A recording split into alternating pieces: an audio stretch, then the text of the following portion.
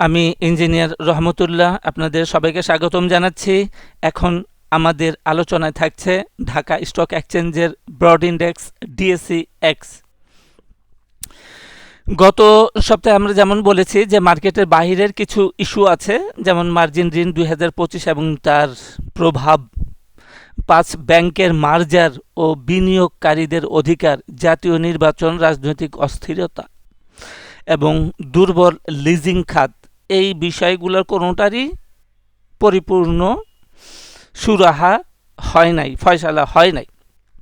আমাদের আরও অবজারভেশন আছে যে এই সপ্তাহে 5 কর্মদিবসের মধ্যে মাত্র 1 কর্মদিবস পজিটিভ ছিল, তাহলে ওভারঅল মার্কেট নেগেটিভ। আমরা গতবার যেটা বলেছিলাম যে মার্কেট দুর্বল, গত সপ্তাহের ছিল যে আমাদের মার্কেট দুর্বল, এবং এই সপ্তাহে হচ্ছে যে দুর্বল কোম্পানির দাপট ছিল। মার্কেট এই সপ্তাহে পরিপূর্ণভাবেই বিয়ারিশ হয়ে গেল, এবং আমরা বলেছিলাম যে এইখানে আমাদের একটা টার্গেট ছিল ক্রিটিক্যাল সাপোর্ট, যেখানে 5043, এটা ছিল 161.8 ফিবোনাসি লেভেলে, এবং ওই টার্গেটকে আর অতিক্রম করে ক্লোজ করতে পারে নাই। তো আমাদের ফোরকাস্টিং ছিল যদিও এই টার্গেটকে অতিক্রম করে, তারপরেও একটা সাপ্লাই জোন, রেজিস্ট্যান্স জোন রয়ে গেছে, যেটাকে অতিক্রম করা কঠিন হবে। তো আমাদের টার্গেটেই অতিক্রম করতে পারে নাই, মার্কেট পরিপূর্ণভাবে বিয়ারিশ আছে। তাহলে আমরা যেটা গত সপ্তাহে বলেছিলাম যে 5077 এই জায়গায়, 5077 নিয়েই আমাদের সন্তুষ্ট থাকতে হইতে পারে, এবং এইটাই ঠিক হইল যে আমাদের 5077 নিয়েই সন্তুষ্ট থাকতে হয়েছে।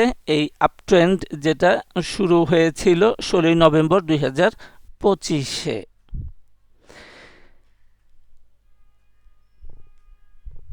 এখন আমরা একটু দেখব যে মার্কেটের যে ট্রেন্ডের কি অবস্থা। খুব সিম্পল ওয়েতে আমরা দেখব যে এখানে মার্কেট এর মোটামুটিভাবে একটা ডাউন চ্যানেল আছে, অর্থাৎ মার্কেট ডাউন ট্রেন্ডে আছে। তো আমাদের এ যাবৎকালের সর্বোচ্চ, মানে এ যাবৎকালের বলতে আমরা ফ্রম 8ই সেপ্টেম্বর যে ইমিডিয়েট টপটা আছে সেখান থেকে বোঝাচ্ছি। এখান থেকে যে কারেকশনটা শুরু হলো, এই কারেকশনের মধ্যে সর্বোচ্চ এখানে একটা কাউন্টার ট্রেন্ড এর আগে একটা ছিল, this are the counter trend. এখন যে কাউন্টার ট্রেন্ডটা হইল, যেটা আমরা সপ্তাহ পর সপ্তাহ বলছি যে মার্কেট ঘুরছে না, মার্কেট সুইং করতেছে, কাউন্টার ট্রেন্ড হচ্ছে, এবং এটা আনস্টেবল একটা ট্রেন্ড, এটা বিক্রি করার সুযোগ ইত্যাদি, যে সেল অপরচুনিটি আসছে, এখানে বিক্রি করার সুযোগ দিচ্ছে আমাদেরকে। তো এখন এইটা সবচাইতে কাউন্টার ট্রেন্ডের মধ্যে বড় আছে। এই বড় কাউন্টার ট্রেন্ডটাই আবার কারেকশানে চলে গেল। এখন আমাদের এইখান থেকে, এটা ছিল সেপ্টেম্বর, অক্টোবর, নভেম্বর, ডিসেম্বর, প্রায় 3 মাস মানে প্রায় 12 সপ্তাহ যাবৎ আমাদের মার্কেট ডাউন ট্রেন্ডে আছে। অ্যাজ এ রেজাল্ট আমরা বলতে পারি যে এখানে বাই দিস টাইম উইকলিতে আমাদের তারপরে ডেইলি, তারপর হচ্ছে আওয়ারলি,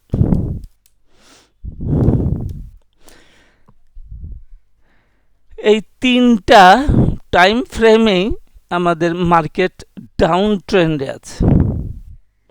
উইকলিতে ডাউন, ডেইলিতে ডাউন, এবং আওয়ারলিতে ডাউন। আমরা সাধারণত ট্রেড করি বা আমরা চার্ট দেখি মূলত ডেইলিতে, এবং আমাদের যে রিস্ক আছে, নানা ধরনের রিস্ক ম্যানেজমেন্ট করার জন্য, স্টেবিলিটির জন্য আমরা উইকলিটা দেখি, এবং খুব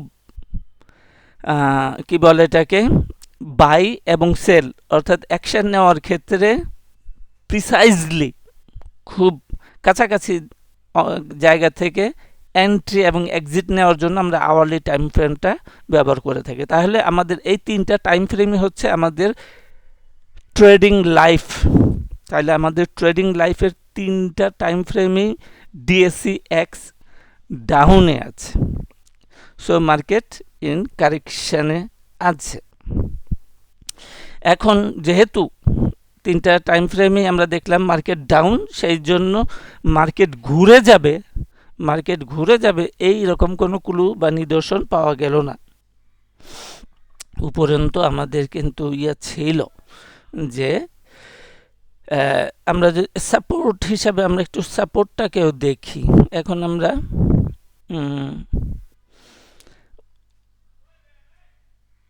ইউডি থেকে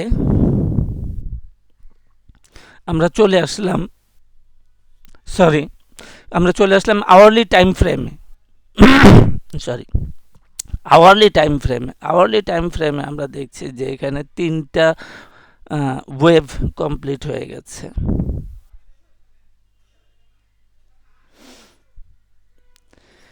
তিনটা এখানে আপট্রেন্ড কমপ্লিট হয়ে গেছে, এবং পরবর্তীতে যখন কারেকশন আসলো, আমরা দেখি যে তিনটা ওয়েভ ডাউন হয়ে গেছে, এ বি সি। এই তিনটা ডাউন হওয়ার পরে আমরা দেখলাম যে একটা ওয়েভ এক্স তৈরি হয়েছে, এখন আবার ডাউন ট্রেন্ডে চলে এসেছে।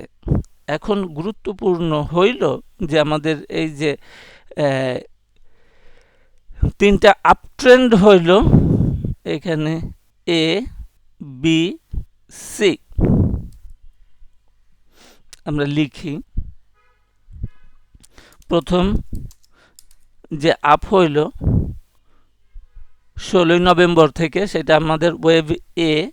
তারপরে সাবসিকুয়েন্ট যেটা ডাউনে চলে আসলো, এইটি আমাদের গুরুত্বপূর্ণ জায়গা ওয়েভ বি, এবং যে ইমিডিয়েট টপটা আছে সেটা হচ্ছে আমাদের ওয়েভ সি। তাহলে আমরা বিভিন্ন সময়ে, নানান সময়ে বলেছি যে এই যে ওয়েভ বিটা আছে, এই ওয়েভ বিটাই হচ্ছে গিয়ে আমাদের উপরে থাকলে রেজিস্ট্যান্স, এখন নিচের দিকে আছে, এইটাই সাপোর্ট। তাহলে আমাদের সাপোর্ট খুব কাছাকাছি আছে।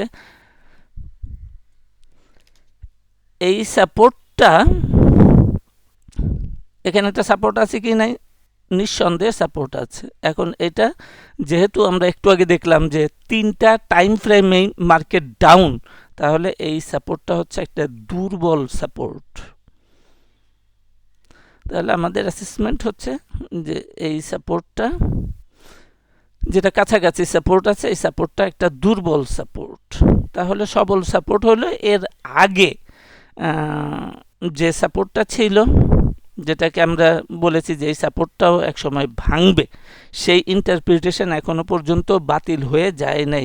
এই যে বড় নিচে গ্রিন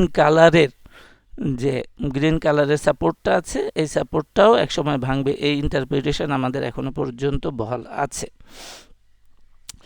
তাহলে আমরা ডেইলিতে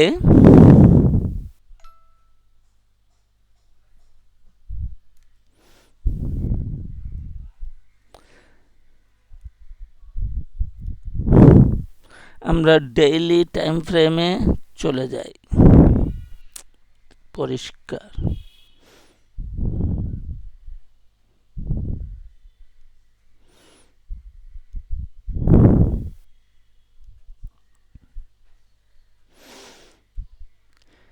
ডেইলি টাইম ফ্রেমে আমরা সবচাইতে বড় একটা রেড ক্যান্ডেল দেখতে পাচ্ছি 13ই নভেম্বর। এটার যে রেঞ্জ ছিল ওইখানেও দেখানো যাবে, এটা একটা রেঞ্জ ছিল, এটার একটা রেঞ্জ ছিল। এই রেঞ্জটাকে যেদিন ভাঙলো সেই দিনই বাই সিগন্যাল একটা পাওয়া গেল এই দিনে। এটা হচ্ছে 18 নভেম্বর। তাহলে আমরা আগেরটাতে ফিরে গেলাম। তাহলে 18 নভেম্বর একটা আছে, আর একটা হচ্ছে যে আওয়ারলিতে নিচে, ওইটা একটা বাই সিগন্যাল ছিল, আর তার আগে আওয়ারলিতে একটা বাই সিগন্যাল ছিল। এটা হলো এই দিনে 17 নভেম্বরে এখানে একটা বড় নেগেটিভ রেড ক্যান্ডেল আছে। এর যে রেঞ্জ আছে, এই রেঞ্জ যেদিন ভাঙলো, যে সময়ে ভাঙলো, যে ঘন্টায় ভাঙলো, সেটা আমাদের বাই সিগন্যাল। তাহলে আমাদের যে আপট্রেন্ডটা আছে, আমাদের 16 নভেম্বর থেকে যে আপট্রেন্ডটা আছে, এই আপট্রেন্ডের প্রথম যে বাই সিগন্যালটা আমরা পেয়েছিলাম, এই বাই সিগন্যালটাই এখন হচ্ছে কি আমাদের সাপোর্ট। তাহলে আমাদের সাপোর্ট অ্যাপ্রক্সিমেটলি 80%। এই যে আপট্রেন্ড হইল, এই আপট্রেন্ডের 80% লেভেলে একটা সাপোর্ট আছে।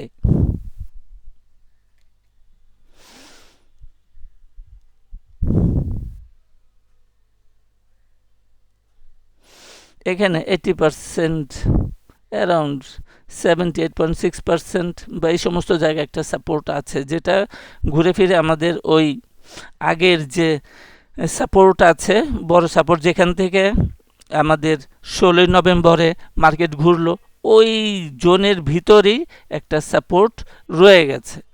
আর এটা এখানেও মার্কেট, আর যেটা বললাম যে দুর্বল সাপোর্ট, যেখানে আমাদের ওয়েভ বি ছিল, এই ওয়েভ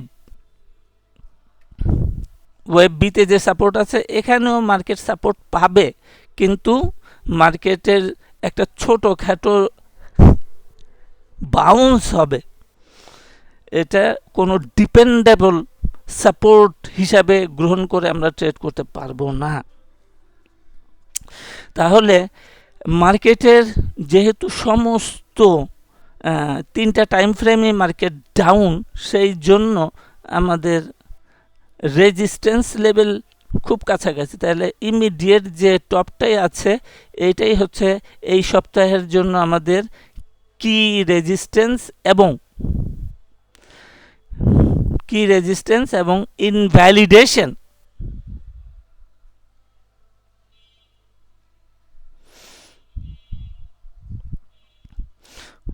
আমাদের কি রেজিস্ট্যান্স এবং ইনভ্যালিডেশন হচ্ছে 4992।